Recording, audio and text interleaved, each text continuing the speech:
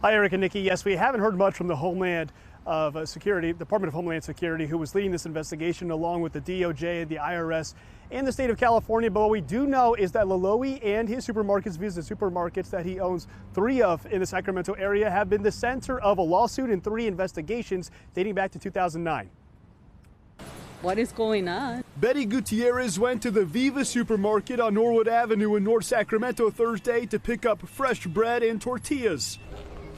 But she was turned away by this closed sign stuck on the door. I had to go and find another store that I will buy my things that usually buy here. The same unexpected rejection for shoppers at Viva's Marysville Boulevard location in North Sacramento and the supermarket on Folsom Boulevard in Rancho Cordova. I hope it stays open. I come here for lunch, and it's been a really good quality lunch, and I guess we'll all stay tuned. Word from a spokesperson with the Department of Homeland Security is, quote, Homeland Security investigations, IRS criminal investigations, the state of California, and Department of Justice are conducting a court-authorized criminal law enforcement activity at several locations in the Sacramento area. To protect all parties involved in this activity, that's all we can share at this moment. Fox 40 crews caught federal agents at all 3 Viva Supermarket locations on Thursday. I'm like worried and scared of what is happening inside.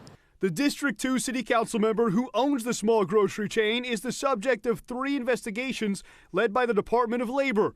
A lawsuit filed last April alleges Lololee and Viva Supermarkets general manager Carla Montoya violated several labor laws, including underpaying their employees, withholding overtime pay, and not paying workers for COVID sick time. Don't worry about the people inside.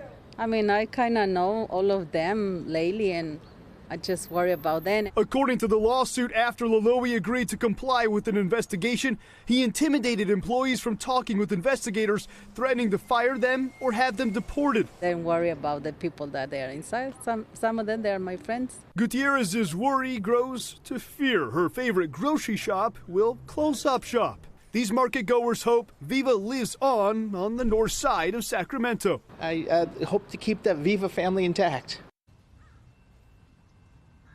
And also in that lawsuit, Lololee allegedly hired underage employees and had them operate heavy hazardous machinery and overwork them. Another thing that was included in that lawsuit, apparently he paid back $40,000 in unpaid wages to his workers, only to reportedly ask for that money back as part of illegal kickbacks. So these raids that happened today at all 3 locations, we're still unsure from federal agents if they are part of any of these 3 investigations that have gone into Lololee and the Viva markets here. And I have reached out to his office to try to get comment on the raids today and have not received word back quite yet.